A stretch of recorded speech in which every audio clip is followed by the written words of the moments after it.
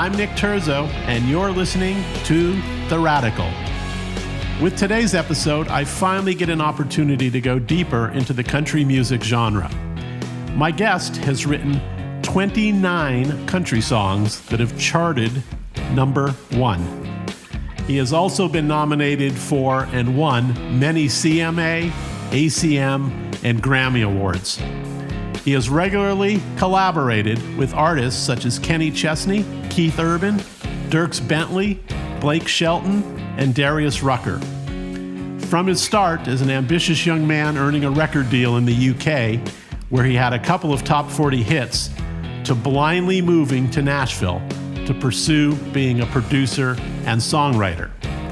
With this move, he demonstrated enormous courage and belief in himself. And now, he circles back to being an artist with today's release of his new EP, Somewhere There's a Light On. It is my extreme honor to welcome award-winning songwriter and producer Ross Copperman to today's show. Ross is not only incredibly gifted, he is also one of the most generous and self-aware guys I've ever met. We will get into a deep discussion about the magnitude of his output and also his philanthropy with the Song Farm and its mission to set up recording studios in public high schools. Coming up, my chat with Ross Copperman.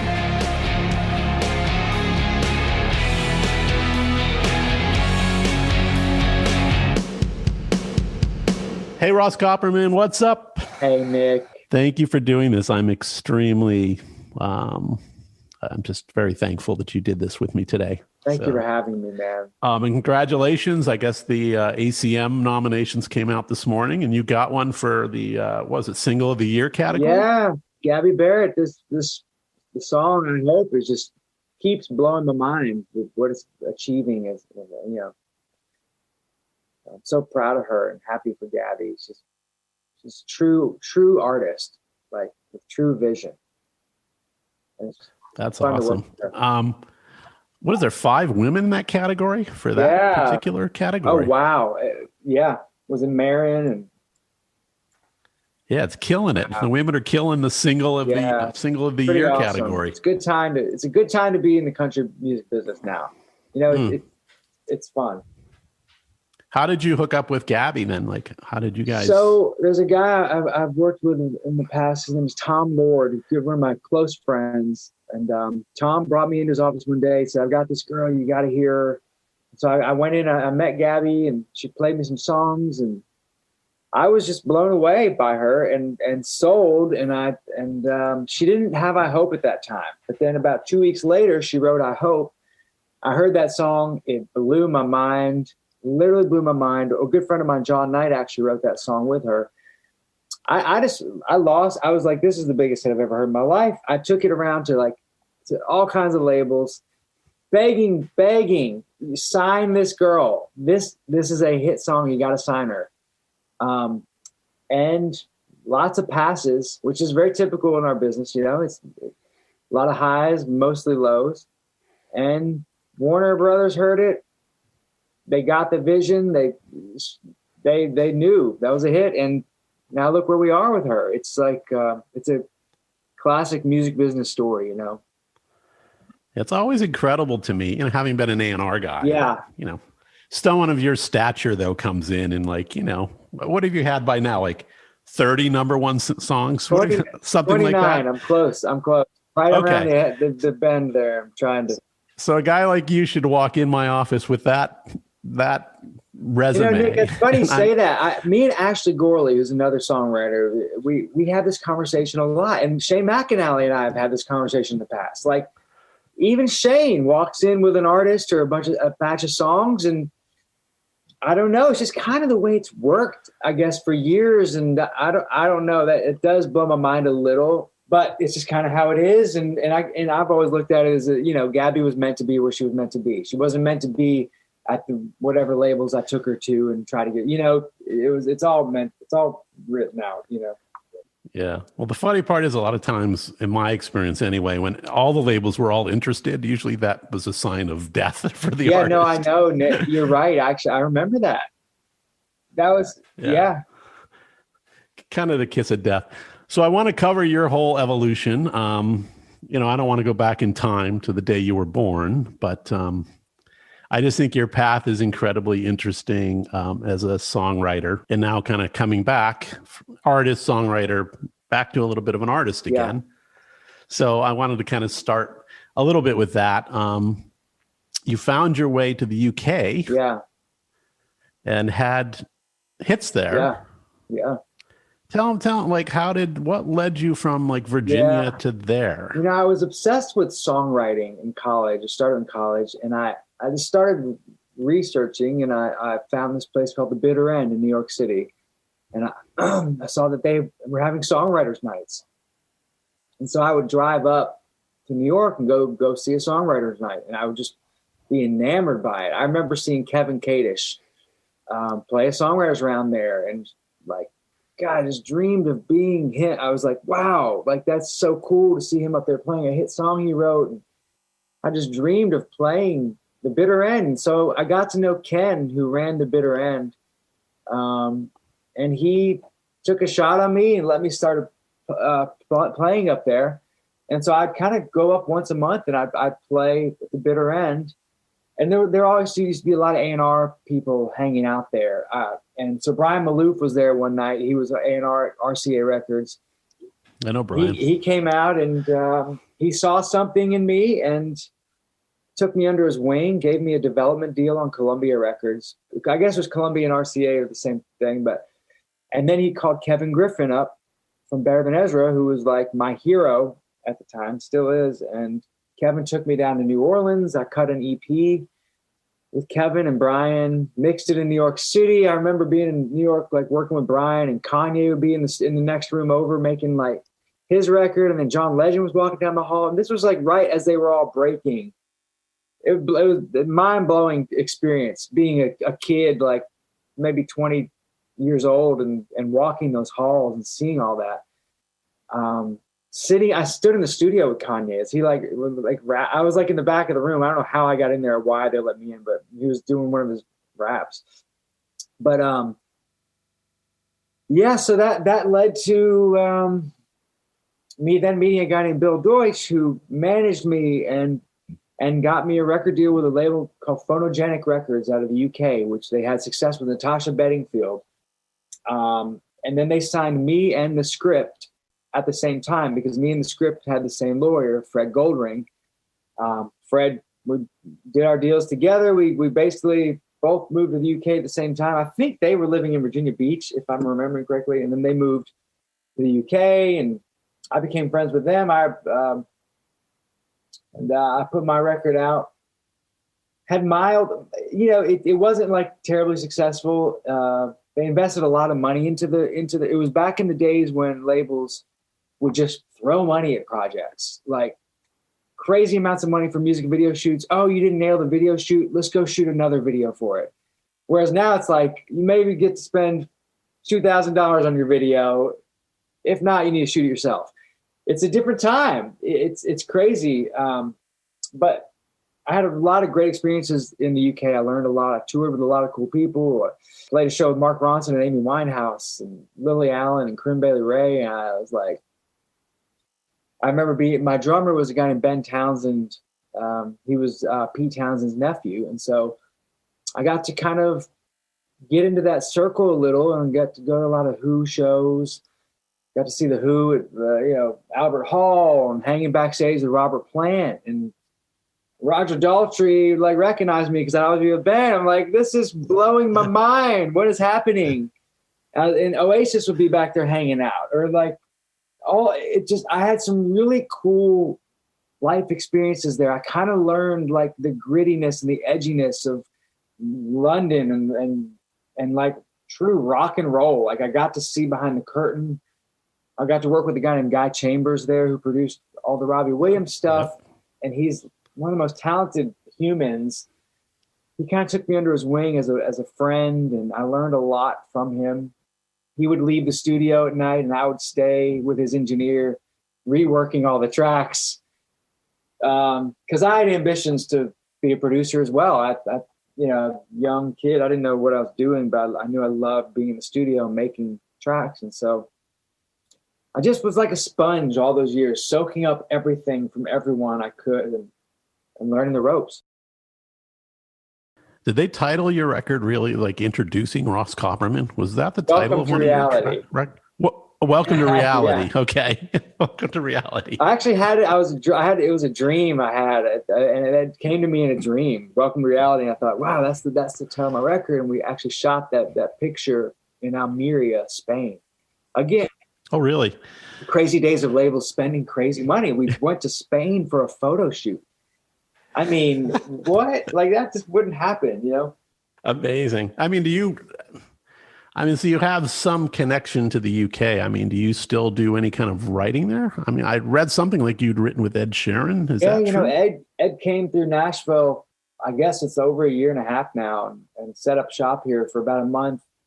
And I was lucky enough to get introduced to him, and we wrote like 12 songs while he was here. He's the kindest, most genuine human, and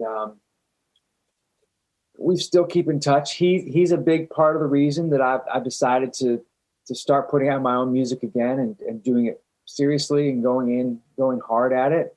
He kind of gave me his blessing on 2 of the songs that we wrote together for my project, and he encouraged me, and that was a real big turning point for me when Ed kind of endorsed it and was like, I'm so happy for you to be doing this again. It must feel great to be back in the artist seat. And so it was a cool moment. Right. So you're releasing these kind of as episodes or EPs, each one. And this one is Somewhere There's a Light is on, correct? The first one? Yeah, Somewhere There's a Light. And how many songs on the EP? There'll be 5 on the first one. That's awesome. What vein would you say, these are kind of in genre-wise? My goal, it's definitely a pop genre, maybe like an indie pop. My goal with this is to put out pop songs. I come from a place of pop sensibilities melodically, and so my goal is to put out a group of songs that everyone could relate to. Sometimes it's hard to relate to, like this new scene that's happening, like this indie punk hip hop scene, and the subject matter is hard for a 38-year-old, 40-year-old woman or man to relate to. And so I wanted to put out universally relatable pop songs and show that it can be universally relatable, That's awesome. Are you doing it independently, or do you have like a label situation? So I signed to Photo Finish Records. The GM there is a good friend of mine. His name is Mike Collin. We met years ago in New York when I was going up and playing the bitter end. And and over the past year, I shocked myself. I can't believe I got a record deal. Yeah. Is it strange to kind of be back into that space and kind of what's required of your time now, or as an artist, or how has that changed over the years since you were doing it? It's so invigorating, and I'm coming at it now with 15 to 20 years of knowledge and of knowledge of helping other artists and advising other artists and learning from my mistakes that long time ago in the UK. I made lots of them, and that, and just being smart and having an open heart and open mind, and just going at it in a new way it's really fun, invigorating, and it's like a new chapter for me. It's like a new challenge, and that's how I'm motivated. I need every 4 to 5 years, I need something to, or else you just write the same song all the time. And that's how I look at songwriting, man. It's like 3 to 4 years. Okay, I got to switch it all up. I got to get everything out of my studio, move to a whole nother place. I got to you get comfortable and you get lazy, and then you just, I was writing these hit songs 5 years ago. They were working, but now they're not working. What's wrong? If you ever get to that point, you should stop doing it. You got to always stay and enjoying the process and be I try to be ahead of things. No, I think it's great that you change it up, because I think there's some songwriters that have a superstition to it. Sometimes. And won't allow the room to change for 20 years. True, Nick. It's so true. You gotta wipe it clean. You really do. Complacency That's good on you. It's so easy to complacent, especially when you've had some success. Oh, well, whatever I'm doing is working. Well, it might have been working for that 2-year period of time, but the world has changed vastly. And especially now, the world has changed so much in a year and a half. And I feel like the entire music business is completely rewritten. And we don't know what it's going to look like when artists come back to playing shows, touring artists that might have been selling out an arena. Are they going to be able to sell out an arena in the fall of 2021 after, now that you have a kid on TikTok with 10 million followers, is that kid on TikTok going to be taking that slot? You know what I mean? Right. I think that's interesting. I think it changed. We have not seen it, man. And I think it's like, I'm excited to see what happens here. Are you planning, once this COVID thing's somewhat under control, or are you going to do a tour around what you're doing? My goal is to, I'm getting music out. I'm doing everything I can to promote it and working it. And yeah, I set I guess a New Year's goal, one of these things that you wouldn't tell anybody. I guess I'm telling you, but it'd be to play a theater. That's kind of where the goal I'm at, I'm not stopping writing and producing because I love it. And that's a big piece of my pie of what I do. And so, but my goal would be to play the Ryman, and be playing my songs and some of my hits or whatever. And yeah. You'll do it. I can't wait to hear it. I'm excited. I can't wait to hear what you created. I'll share it with you. Yeah, I got to hear it. So you have this, you transition from the UK, you end up in Nashville. You can talk about what inspired that or not. I don't care really, but you get here and you kind of have this incredible decade here. What is that? I mean, is that your own confidence of finding the right community? Was that country music kind of shifting where it kind of turned into more like rock music a little bit more? It's interesting, man. What alignment happened there for you? Great question, Nick. There's so much luck involved. There's so much drive. And there's so many talented people here. I always say, I'm by far not even in the top tier of talented people. I'm if there was this lower rung, I'd be hanging on by a thread on level of talent. You could go down to Broadway and find 25 people right now that are so much more talented than me. I don't buy it, but go ahead. Keep going. It's about, it's about drive and human connection and it really is, man. And, but maybe I lose track of time, but 12, 13 years ago, the old style of Nashville writing was happening. You write the song, you go to lunch, come back, write a bridge, book a demo session, have a band come in and cut all your songs in a demo session. And that was great. I learned a lot doing that. I learned how to produce records doing that. But I started realizing, wow, if I figure out how to do Pro Tools, I can do my own demos. And then that adds value to what I do. So then I don't have to spend the other writers' money or my money on going into doing demos in the studio. And then if I produce the record, I can kind of write more with the artist and kind of help decide what songs get onto the record. So I just saw these opportunities and I kind of went at them with everything I had. And, with that comes a lot of sacrifice. I've spent my whole life grinding, and I probably haven't been maybe the best husband I could be, or I haven't been as engaged as I would like to be with my family. I try so hard. I have a lot of practices. I tried my gratitude and meditation and all these things, and I'm getting better, but it's just kind of who I am. And I'm a product of my childhood and my dad was a very hardworking man. It's all so I definitely saw that as a kid and I'm kind of the type that if a door is closed, I'm going to knock it down or I'm going to find a way through a window. It's the attitude that's needed, unfortunately, in this kind of profession. I always reference Taylor Swift. She's such a good example of that attitude. All the great ones are artist-wise. Taylor, it's happening for her no matter what.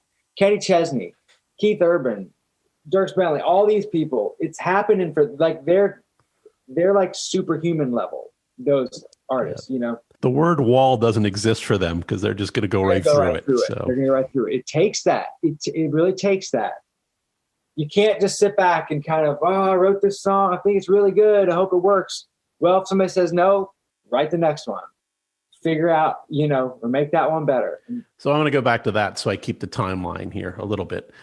So what was like your break in getting to Nashville? I mean, was it the relationship you finally forged with Keith Urban? He signed you to a publishing deal, or did you had some cuts before then? Oh, yeah.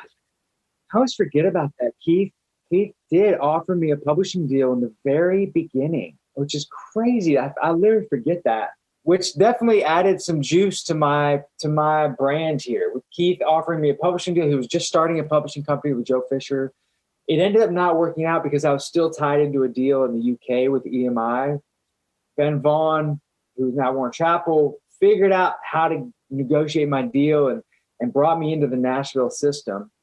I was stuck in like an artist publishing deal that was kind of like based on album cycles, and I wasn't making albums, so I would have been stuck forever. So Ben really, really changed my life and got me into the game here. But my break would have been, I met a guy named Josh Van Valkenburg, who I still work with to this day. He's been everything to me. He's my plugger and my life manager, my life coach, and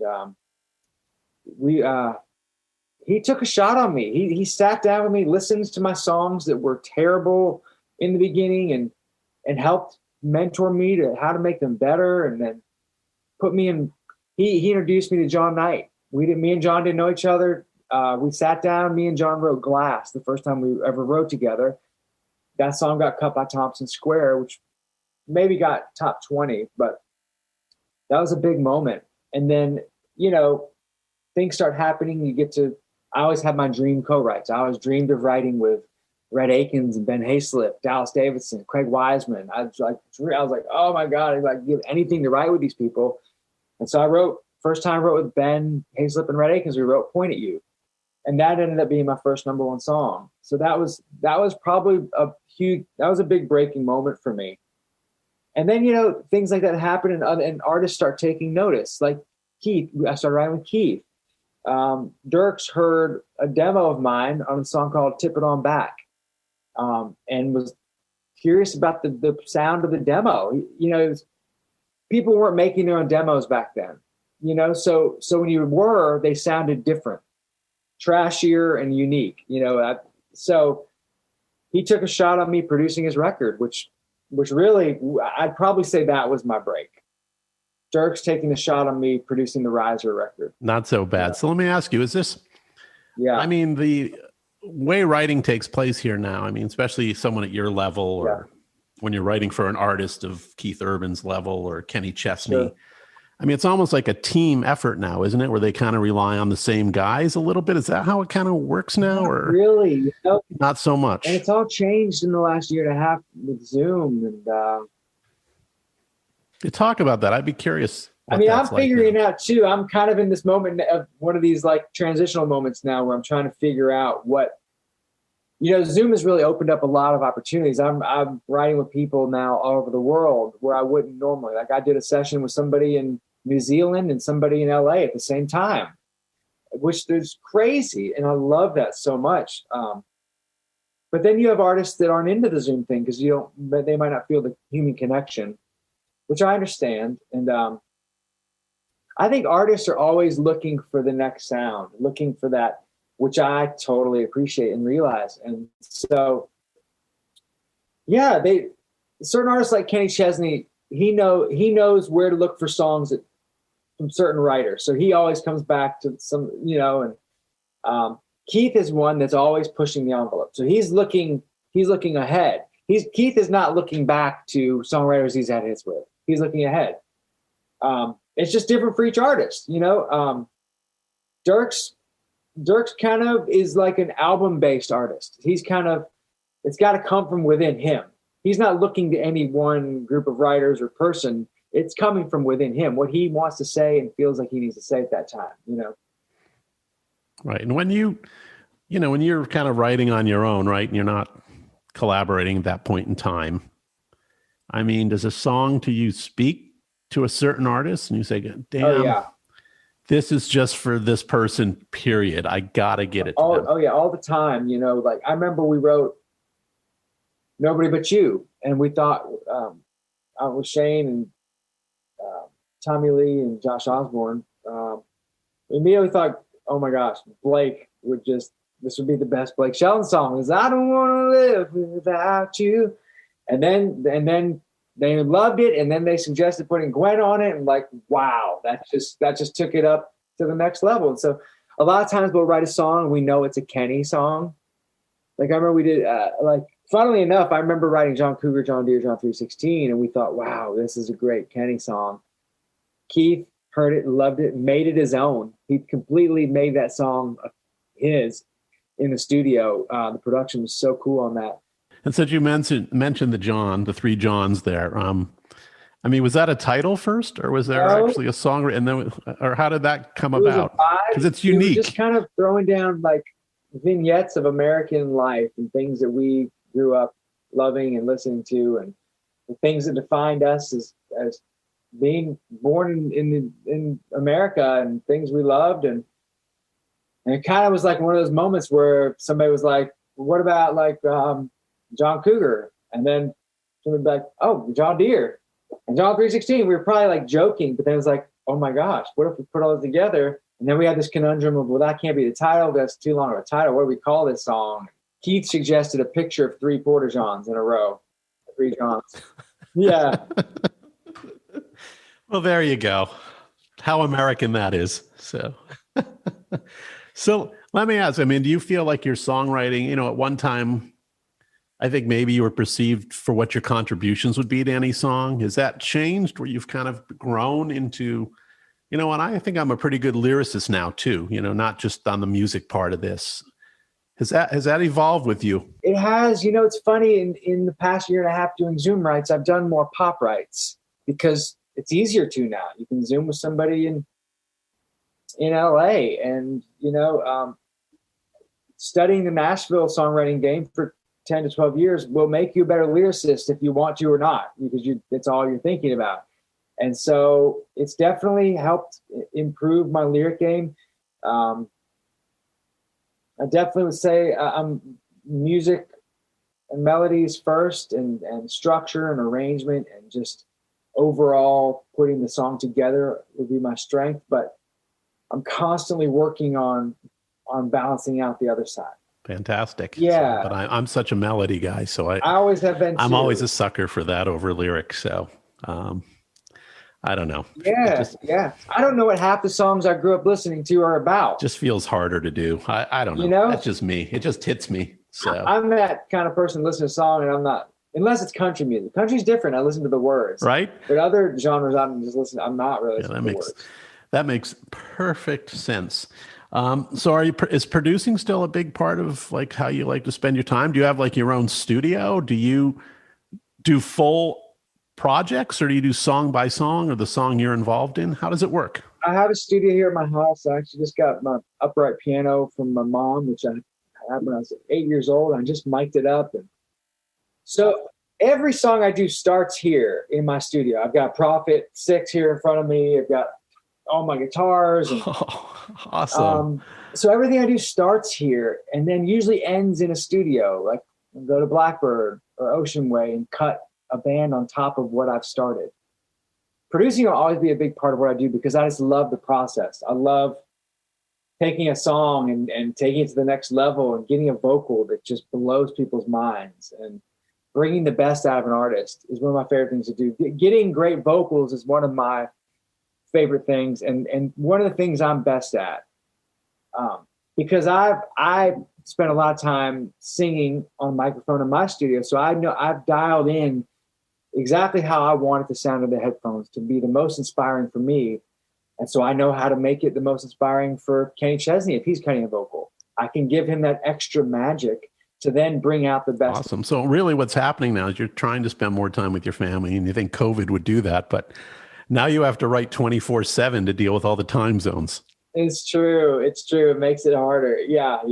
But there's a lot of time saved because you're not driving into town. You're not doing lunch. It's just business time. It's not like, what are we writing? What ideas do we have? Let's go. Do kids get allowed just to break into the studio anytime they want, or do you have a? Oh yeah, my kids are like So talented. Are they really? Do they play instruments now? Yeah, they all play like piano and guitar. My son's a drummer, and my 9-year-old Iris is a better songwriter than I am. Wow. She really is. It's pretty crazy. Wow. But being around it, they've been engulfed by it their entire life. So, second nature, right? Second nature. Yeah. It's second nature to them. Did you have that in your household? I did not. It all came from within me. I was classically trained on piano, and my parents made me practice, and I hated it for a long time. I hated it, and I wanted to quit, just like everybody wants to quit, but they wouldn't let me because I'd come too far to quit, and which I'm thankful now that they didn't let me. They were right. So let me ask you, you were a co-writer on a song called Female, right? And Keith Urban cut that, yes?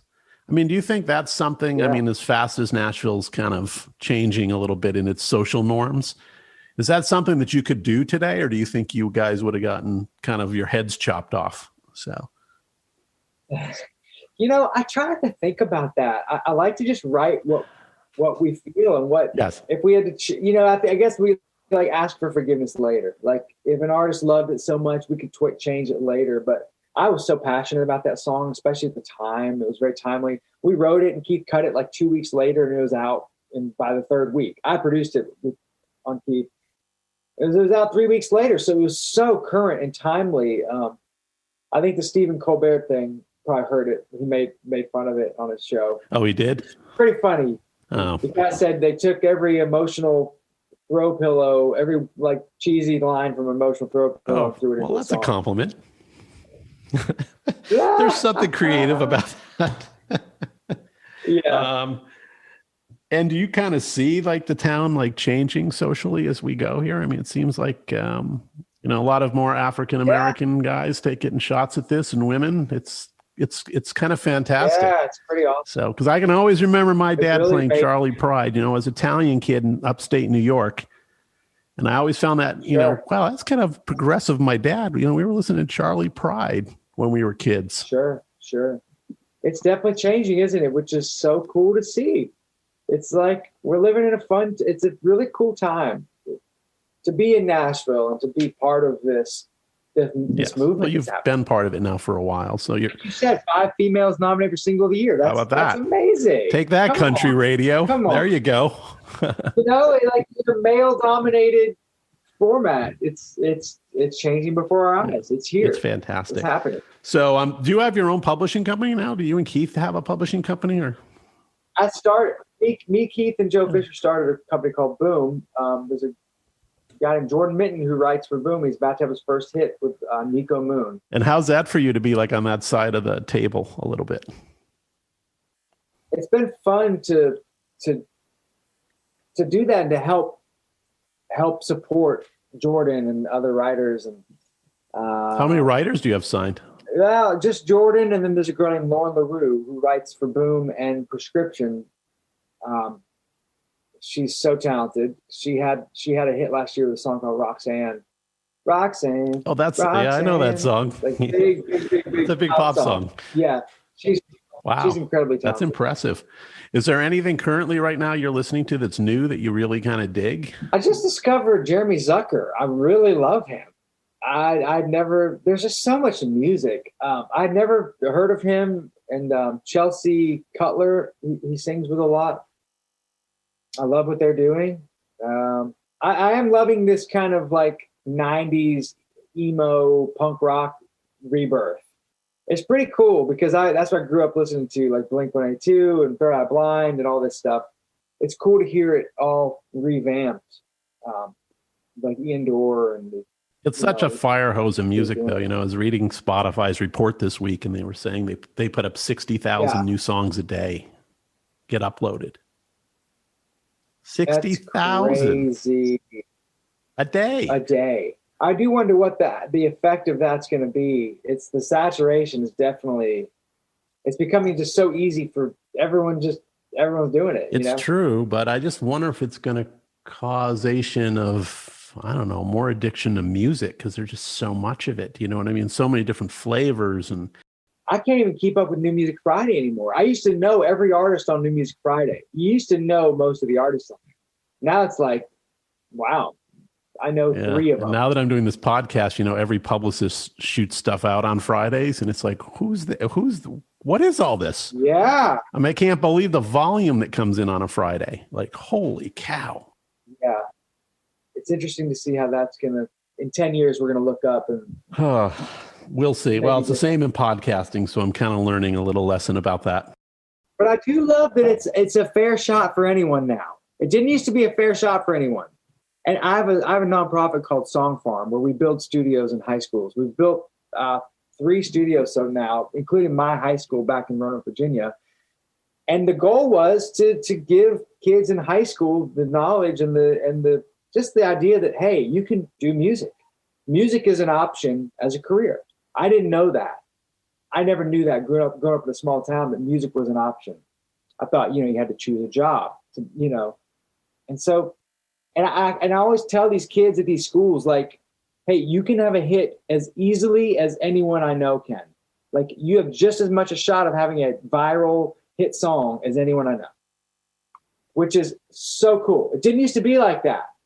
You used to have to go get a record deal. You have to all these people. But now you make it happen yourself. They come to you. Yep. Gatekeepers everywhere back in our day. So everywhere, man. It was all about the gatekeepers. I hated it. It's brutal. How many schools do you have like an idea of how much you want to scale that? Oh, I mean, man, we've partnered with Save the Music, VH1 Save the Music, amazing organization. And we do an event each year called Hometown to Hometown where we kind of honor 2 songwriters. And then we go build a studio in each of their schools. So like last year we did Nicole Gallion. We just built a studio in Sterling, Kansas at her high school. This year we're doing Brandy Clark and Jimmy Robbins.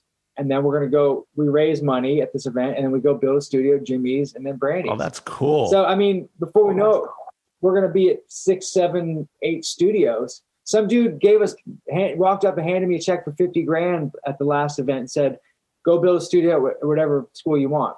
And we can build these things for $5,000 to $8,000.